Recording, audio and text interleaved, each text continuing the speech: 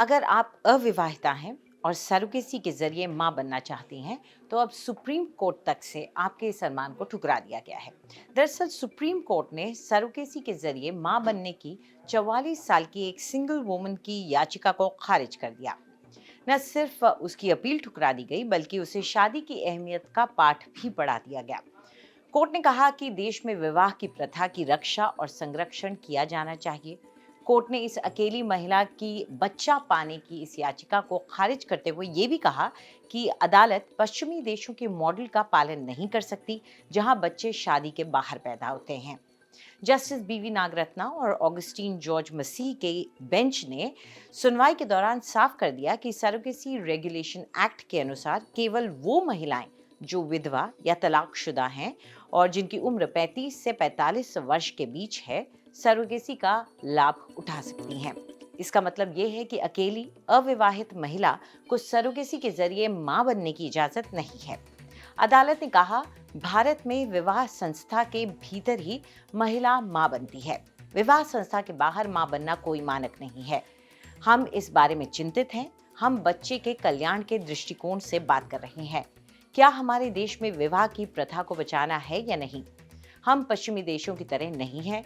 विवाह की संस्था को संरक्षित किया जाना चाहिए। आप भले ही हमें रूढ़िवादी टैग कर सकते हैं और हम इसे स्वीकार भी करते हैं।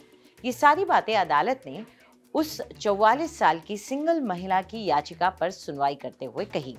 याचिकाकर्ता एक एमएनसी के लिए काम करती है और उसने सरोगेसी अधिनियम की धारा 2(s) की वैधता को चुनौती देने के लिए उच्चतम न्यायालय का दरवाजा खटखटाया था। उसे कोर्ट ने बताया कि 44 साल की उम्र में सरोगेट बच्चे को पालना और बड़ा करना मुश्किल होता है। कोर्ट ने यह भी कहा कि आपको जीवन में सब कुछ नहीं मिल सकता। आपको अकेला रहना पसंद है। हम समाज और विवाह संस्था के बारे में भी चिंतित हैं। हम ऐसे नहीं हैं जैसे कि पश्चिम के देश, जहां कई बच्चे अपनी माँ और अपने पिता के बारे में नहीं जानते। हम नहीं चाहते कि बच्चे अपने माता पिता के बारे में जाने बिना यहाँ घूमें। बेंच ने महिला को गोद लेने का सुझाव भी दिया, जिसे उनके वकील ने यह कहते हुए अस्वीकार कर दिया कि अडॉप्शन के लिए भारत में लंबा इंतजार करना पड़ता है।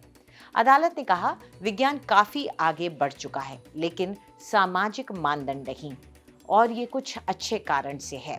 अदालत ने कहा कि वो उनकी याचिका के साथ साथ अधिनियम के अन्य प्रावधानों को चुनौती देने वाली अन्य लंबित याचिकाओं पर भी सुनवाई करेगी। आपको यह हमारा वीडियो कैसा लगा, कमेंट सेक्शन में हमें जरूर बताएं। देश और दुनिया की तमाम बड़ी खबरों के लिए सब्सक्राइब करें आज तक।